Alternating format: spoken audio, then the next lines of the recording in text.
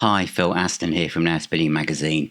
I recently did a review of the new remixed version of Highway Star from the forthcoming Super Deluxe edition of Made in Japan. And at the start of that video, I said how skeptical I was of the whole thing, having bought this album so many times over the years, and in 2014 investing in what was then called the definitive Super Deluxe edition.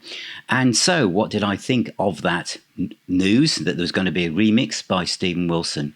Watch that video and that will tell you everything you need to know about what I thought about Highway Star. I was blown away, completely blown away. It was like hearing it for the first time. It was like being there. I thought it was so exciting. And looking at the comments, most people felt the same way as I did. There was a few people that didn't, not fans of Stephen Wilson perhaps, or you'd listen to it on a phone. But overall, it can just tell that people are really, really excited about this. Well, another track has been dropped to stream in advance to get everyone's kind of taste buds going for the real event when it arrives in August, of course, and it's going to be released on the day of the actual concert itself, August the 16th or 15th, I imagine, depending on 16th should be the date, really, shouldn't it? Because that's when most of the recordings were taken from that date. Anyway, it is Strange Kind of Woman has been released at the time of me doing this video now. So what do I think about this? Now, bearing in mind, everybody, I bought this album from Woolworths in Sheldon, in Birmingham, for £3.25 while I was at school, okay? So I've been listening to this album for decades. It was decades until I heard it on CD, and then of course we had this kind of sprinkling of other versions with a few years in between. Whichever way you look at this, again, it's been 10 years. So what are my thoughts on hearing Strange Kind of Woman? I played it on Apple Music lossless, and I played it through my network streamer and through my amp, so through my main hi-fi. I wasn't playing it through my phone. I wasn't playing it through a single Bluetooth speaker. So I was playing it through my hi-fi using my floor-standing tannoy speakers. Okay, it's not a really expensive setup, but it's my main hi-fi, right? And I played it at a fair volume. I wanted to feel this. I wanted to feel this track as I felt it over the years through the different hi-fi systems, the different stages of my life, the different people I've been with, the different memories I have. I wanted to experience this with all of that baggage. And so I could give you basically a fair assumption of what I think. It sounds fantastic. There was a feeling with Highway Star that Richie Blackmore's guitar at the beginning was maybe a bit quieter than we'd got used to it. The only thing, if I'm going to say anything, it's amazing that after all these years that no one has really had the nerve to put Blackmore in the right channel, because Blackmore always plays on the right hand side of the stage. And when this album first came out in 1972, so it's not really the 50th anniversary, is it? It's 53rd, but it doesn't sound so good from a marketing perspective. They stuck him on the left. Never really bothered me, because obviously I'd never seen Purple then, but obviously over the years I know that he usually goes on the right. And again, it's okay, but you'd think that somebody would have thought, well, look, maybe we should put this right. They did once, but they put it back again. Okay, fair enough. The first thing that really hits you on this, again, like Highway Star, is the bass and the drums, the definition of them, the clarity of them. This is an 8-track recording, and there's some kind of clever skullduggery's gone on here, because it sounds absolutely immaculate. Richie Blackmore is hard left, and John Lord is hard right. So they are firmly in those speakers. Okay, that's where they are. And I sat myself on the sofa right in between, and Gillan is right in the middle with Ian Pace and Roger Glover. The song is, as it plays, as we go through the first verse and chorus, etc., the real place where I started to feel the hairs on the back of my hands and neck going up was actually when we get to the ooh bit, from Ian Gillan, as we just before we kind of rolling into the first guitar solo, and you can hear the clarity of the bass guitar and the drums and the kind of layering of the keyboards before Blackmore comes in. Now, the first guitar solo, and this is Blackmore Lord, it all sounds perfect. But obviously, when Blackmore comes in with a solo, obviously, just like as if you're at the actual concert, the slider goes up from the person at the mixing desk, and Blackmore becomes a bit louder. When I say a bit louder, this is in your face. It's incredible. Do you know what? Some of the things, and I've played this thousands of times. I'm not, no kidding. I'm that age. I've played it that many times. It's my favourite live album.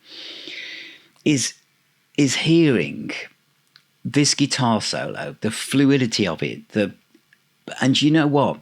There are slight imperfections in the take, in the playing. There's slight, just where the plectrum or the finger isn't quite there on how it plays, how it picks up the note. They're there. Now, I reckon in 2025 to a modern rock band or metal band doing a live album, the guitarist would probably feel as if they had to go back and fix it. They would think, I can't, no, that's slightly not right. That's slightly not perfect. So I'd have to go back and fix that. It's when you listen to it and you can hear more definition between the notes on this guitar solo than you've ever heard. Those slight imperfections are Richie Blackmore playing from the heart, playing with his full soul on display. It's real. There's no AI there. This is a human being with fingers touching metal on a guitar neck on a Fender Stratocaster, and dangerously on the edge. Will he make it? Will he not? How am I going to fit this in? Playing from his soul, not quite sure what notes he's going to pick. He's going in the moment. He's listening to what's going on around him. He's in the moment, and the notes are coming out based on that moment on August the 16th, 1972. It's absolutely stunning. It's like being there. It's absolutely like being there. And when we come round again for the next guitar solo, the one that drops down so that Ian Gillan does his kind of mimics the guitar sound itself.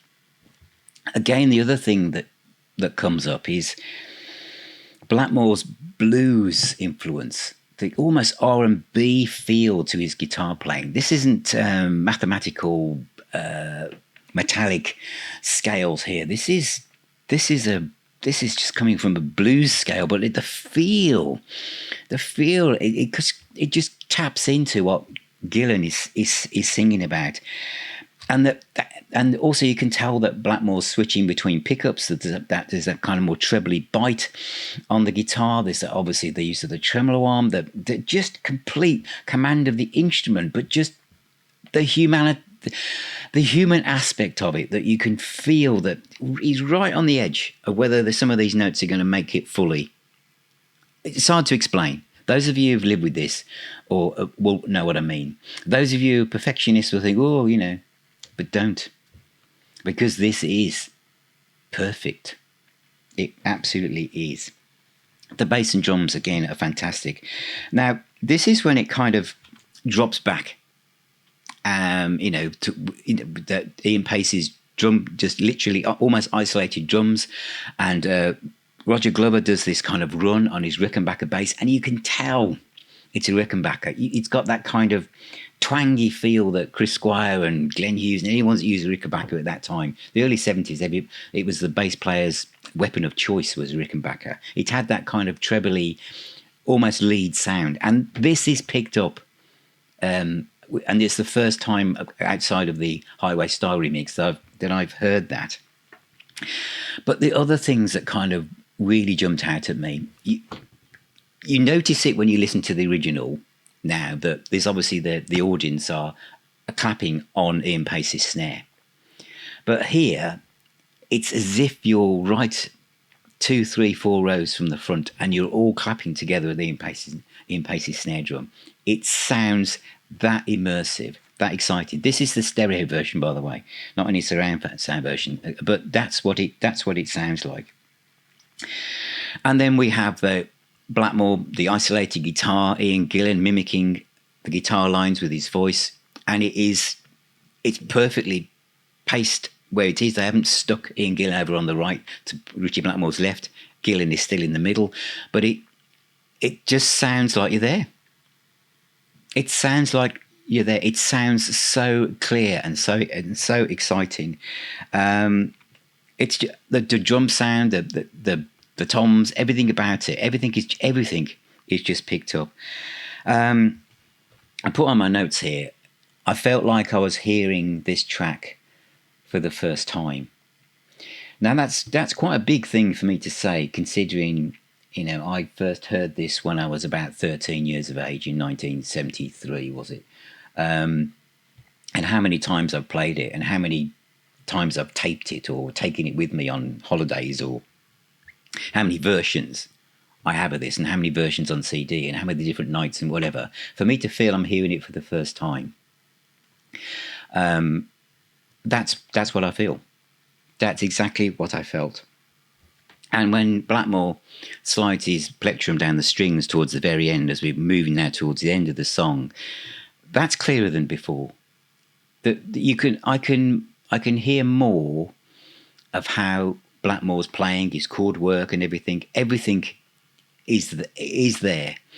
It is as if I've been, instead of listening to a live album, I'm actually in the gig where the live album was being recorded. I know that might sound outlandish, but that's how I feel.